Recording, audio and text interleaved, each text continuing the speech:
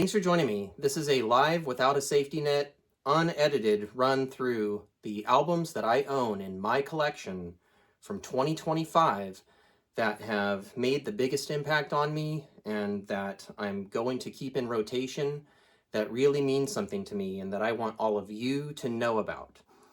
These are not going to be presented in any ranked order. I'm actually breaking them up by digipack, Blu-ray case, jewel case, and then a few box sets. So that's just kind of like what works for my OCD, and hopefully it'll work for you. I will index these with timestamps in the description, okay? So if you don't want to watch the whole video, it's cool, and if you do, I appreciate it, and you will have easy reference to these titles, okay? So here we go. 2025 physical albums that will remain in rotation here. Purple Rain by Prince and The Revolution. This is worth owning for the Atmos mix. I will just leave it at that. I did a full review recently, okay? Queen 1. I had a fantastic time exposing my son to the origins of this amazing band. This mix does it for me. It has given me new respect for one of Queen's albums that I really didn't spend a lot of time on previously. I really think this sounds great, and it has me just totally pumped for Queen 2. I'm into prog and rock and metal and killer Atmos, so Queen 2, bring it on. Okay, we have Phil Collins, No Jacket Required. This is a Steven Wilson remix of just a juggernaut of an album. It's the juggernaut. This album finally has the ample, powerful bottom end that it always needed. So very cool. Even the tracks that had been completely played out, you know, I was happy to at least hear a couple times again. So then moving right along, we have Wings, the Blu-ray collection. This is 32 tracks. Wings. Classics and, you know, maybe some near classics. Anyway, it is curated by Paul McCartney. It is mixed very well. You get to own it in full quality. Standalone Blu-ray. It was offered by both Paul McCartney's store and SDE shop, I believe. It might be sold out currently. I'm going to try to... I have favored albums that are still for sale because I know that is the most exciting for everybody. But if I happen to mention titles that are out of print, you might potentially be able to still stream them and get the Atmos experience that way. And then also, if titles are popular enough, they do go through reprintings, okay? So, moving right along, we have Wish You Were Here, 50th Anniversary, Atmos Mix, and this Blu-ray also contains the classic 75 quad. So, on those grounds, for the Atmos and the quad, I have to recommend it. It is, you know, the Atmos will be probably my most routine listen, but I will still make time for the quad. They both have their own merits. All right, and the quad doesn't play back properly on some people's systems. My Sony and my Denon don't handle all the channels properly. Some people's newer Denons do. And so there are systems for which it can work. It works great with my Oppo. And I have an Oppo for my home theater system and for my quad station. All right? So don't worry about me. I'm covered. Okay? All right. Jimi Hendrix. We have Electric Ladyland. This is OG engineer Energy, Eddie Kramer, just giving us a psychedelic, immersive impression of this album that he knows intimately because he was there. And this does it for me. Happy I have it, and it will stay in rotation. I want to have Frank over and listen to it. Pearl Jam, Vitalogy. This mix didn't knock me out, but it also delivered the album to me. It was satisfying, okay? I need to give it more listens, but the reason this is in my list is that this is a core album for me. This was released in my formative years, and I actually, like, having gone through like the whole Pearl Jam discography as objectively as I possibly can say, I actually think this is a strong Pearl Jam album, and the Atmos mix is sufficient. Okay, I need to circle back to it. I don't want to give it more praise, you know, than I'm willing to stand on, than I'm willing to stand behind. Okay, but I'm glad it exists. If Pearl Jam continues to put out core albums like Versus and 10, preferably the drier, like, you know, redo. But in any case, I am thankful that Pearl Jam has put out standalone Blu-rays of their albums and now a core album, okay? So I'm super excited about that. All right, closing out the Digipack section, we have Justin Gray, Immersed. This is Grammy nominated. It is well deserved. In terms of sight and sound, it is simply spectacular. And if you have time in your life for world music, this is predominantly influenced by Eastern Indian music, and it is showcased in kind of a jazzy, fusion-y kind of way. You just have to hear it, audition the music, you know, in some inexpensive way if you're not sure. But you should own this Blu-ray if you love immersive audio, and also like the visuals are like completely custom done and artistically like just, they have as much merit as the audio part of this experience. So I really do completely recommend this. Like, it is, so glad that I have experienced that. Way to go, Justin, and good luck at the Grammys. Then we have Tears for Fears, songs from the big chair. I intend to cover this more fully when I have been able to spend more time with it, but we have an Atmos upgrade to the previous Steven Wilson 5.1, which was already killer. Okay, so more on this one later. Just wanted to let you know that it is on my roadmap to discuss further. We have Roxy Music, Avalon. We have OG engineer Energy and OG producer Bob Clearmountain has done the stereo mix of this album, the 5.1 and the Atmos, with the original producer at his side, collaborating. So this is obviously the way this album should sound in immersive, and it is amazing, and it definitely is an upgrade over the existing 5.1, which was already legendary. It's cut from the same cloth though, okay? So don't expect something like super duper different. Just expect the best that it's ever sounded. Okay, and then we have Steven Wilson, the overview. This hasn't grown on me yet musically, but it is an awesome mix, and I am simply glad that like Steven Wilson exists and that he is as active as he is and that he is just as amazing as he is.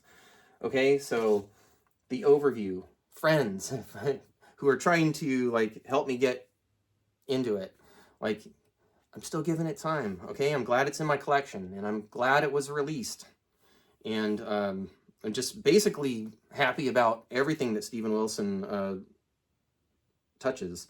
Okay, and speaking of which, we have Chicago 2. This is just awesome. We have Steven Wilson stereo and Atmos remixes. We have the historic 5.1 mix, and we have the quad mix from like the Quadio series. So like this Blu-ray just has everyone covered, and this incredible double album now sounds as good as I think it can. It sounds unboxed. All right, now moving right along, we have Captain Fantastic and the Brown Dirt Cowboy, Elton John. This is an SDE series Blu-ray release. It can be streamed if you don't have this Blu-ray, but if it goes into reprint or if it's still for sale, snatch this up. This is reputed by many to be Elton John's most cohesively written album, and you know, it's got Someone Saved My Life Tonight, and it is a Greg Penny mix, so it's got that OG engineer energy going, and he nailed it. And this is just awesome. Thank you, John, for the gift. And it is beloved, and it has enriched my life. And I just wanted to tell you all about it. Be watching the SDE series if you don't want to miss titles that you will regret missing, okay? All right. So then we have another Elton John. We have Diamonds. This dropped on January 3rd, so it just barely is eligible, and I'm so glad because this is 48 tracks in Atmos, mixed by Greg Penny, and it is more or less career spanning. It covers the albums, those 4 albums, the Greg Penny 5.1 mixes that were never released on SACD. These are Atmos versions, so it isn't necessarily like, you know, the same kind of thing that we would have experienced if those 5.1s had ever dropped. But we do have multi-channel, discrete remixes of tracks from those albums. So maybe we'll get the whole albums someday, but until then, this was streaming for a long time, and then the Blu-ray finally dropped, and like my eyes popped out of my head, and I'm glad I got a copy, and I am glad I own it, and I'm glad I've listened to it, and it will remain in rotation. So check into it if you don't have a copy. I hope that everyone who wants one can get one. And as I said, sometimes these things go into reprint. All right, we have Fleetwood Mac, self-titled. This is the 1975 album that was the first to include Lindsey Buckingham and Stevie Nicks. And I just probably don't need to say much about this album musically. This Blu-ray is worth owning for the lossless 5.1 mix alone. The Atmos mix doesn't completely do it for me, but there are a few tracks for which it is definitive, okay? So I don't like having to sift through albums to find, you know, the cuts that work for me. So I can't give the Atmos like my entire wholehearted recommendation. It is worth checking out. But for the original 5.1 lossless, the only way you could get the 5.1 previously was on a DVD in the deluxe set, and that's lossy. It was a DVD video. All right, here we go. We're coming to the end of the Blu-ray case section of this video. We have Autobahn by Kraftwerk. Kraftwerk, already legendary for being made for Atmos, or maybe Atmos was made for Kraftwerk. That's how good the catalog is. And the catalog features the title track from this album, but it's a live rendition, and that said, it's still super crazy in Atmos. Like, catalog is definitely like a lot of people's like demo material for showing off their home theater system, I promise. This album, now we get the whole classic album, so you don't have to worry about whether the live rendition is close enough to the classic that you already love. This is it. The classic album has been remixed. The Atmos is killer. If you're into electronic music and immersive audio, it's a no-brainer. If you are unsure whether the album is your thing, just audition it. Easy. Okay, now we're into the jewel case portion of the video, and that means we're talking about Quadio. And so I have to mention Billy Cobham's Spectrum. This quad mix is crazy. The 5.1 that they kindly included that was originally previously released on Super Audio CD and DVD audio, I believe, is included.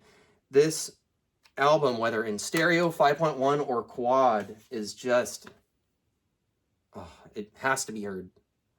At least if you're into like pretty intense fusion, like it definitely checks a lot of boxes for me.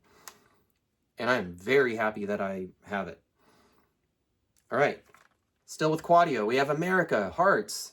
This just sounds like so good. It's like massaging your brain through your ears. George Martin produced, it just sounds immaculate, and this is a sonic improvement over the Audio Fidelity Super Audio CD on my system. All right? So on those grounds alone, I want to make sure you know about it. We have Tres Hombres by ZZ Top. This is So heavy. It's astonishingly heavy. And it makes me glad that my quad system is full range. This is like almost AC/DC heavy, I'm serious. It's like heavy, and it is a lot of fun. It's a lot of fun. I even enjoyed the overplayed, you know, classic rock radio tracks. It is fun enough that it'll probably feel fresh for you too. And then we have War. Why Can't We Be Friends? Oh my gosh, like this is just from start to finish a demo disc. Period. And I talked about Quadio Batch 10 recently, so enough said about that. We're going to conclude with 3 box sets. First of all, I want to mention Lamb Lies Down on Broadway. This, finally, the Atmos mix of this album found in this set finally allowed me to get all the way through Lamb comfortably, no ear fatigue, and without any boredom. Like, I make it to the end of this album and I want to hear it again, and I don't feel like it outstayed its welcome. Like, I know that some people have some critiques over certain sound shaping choices or certain panning choices. And for those who are just intimately, like, you know, into this album and certain things sound different or not what you hoped for, you have my sympathy, you have my empathy. I think it's a competent Atmos mix, and it got me into tracks that were, you know, just pushing me away before. And on those grounds, I feel justified in recommending it. Close to the Edge by Yes. This is a Steven Wilson Atmos improvement over his previous 5.1 mix. It's awesome. Yes, you know, basically from the Yes album through somewhat later. I don't want to out myself. Like, if they're like super duper rabid Yes fans, I don't love all Yes albums, but I definitely love, like, this is at the heart of the classic period for me, as it is for many. And the Atmos mix is well done. So have at it. And I will leave you with maybe a bit of a surprise, but this is Spandau Ballet, the early years. And I want to recommend this to you because this box set won over somebody who wasn't very familiar with the early era of this group. And when I first put on the material from this box set, it didn't really do it for me. It didn't take. And about halfway through this box set, I realized that it was growing on me, and I was eager to finish the second half of material. By the time I got to the end of the stereo material in this box set, I had a respect for these players, this band, and the genius of the songs that they cut. Like, they really, really grew on me. And by the time I listened to the 6 core tracks mixed by Steven Wilson into Atmos, and I don't know why they didn't just do the entire first couple albums. I don't know. The 2 albums represented here are so strong that, like, I would love to hear them in their entirety someday. But for now, we have 6 core tracks. They are just earworms of genius, early 80s genius. So audition material if you're not sure whether it's for you. But this box set won me over, and so I'm now a fan of this era of the band. And I'm on board. If there's, like, you know, another chapter, you know, in the band's history coming out, I am definitely in, because this box set won me over. And by the time I get through the 6 tracks in Atmos on this Blu-ray, I just have, like, a shit-eating grin on my face. I love this material now. So this box set had that much impact on me, so I wanted to tell you about it. All right, so I don't even know how many albums that was. I guess I might put that number in the title after I have a chance to count them. I just considered the albums that had physically been released this year, went and pulled the ones from my collection that just basically flew into my hands because they had enough of an impact on me. So I wanted to share that with you. Thank you for watching. If you like what I do, take a second to give me a like. It really helps this channel. Leave comments below about your favorite albums that you own that were released in 2025. I look forward to reading all of your lists. I will probably augment my collection based on your recommendations, so I appreciate that. And if you haven't already, consider subscribing for coverage of multi-channel music from quad to Atmos that includes RO3D, 5.1, 7.1, basically any surround format ever. I'm into it. So thank you for watching. Thank you for being a part of a fantastic 2025 for me. And I can't wait for you all to get a hold of what I have lined up for 2026. Thank you. And until next time, live life in surround.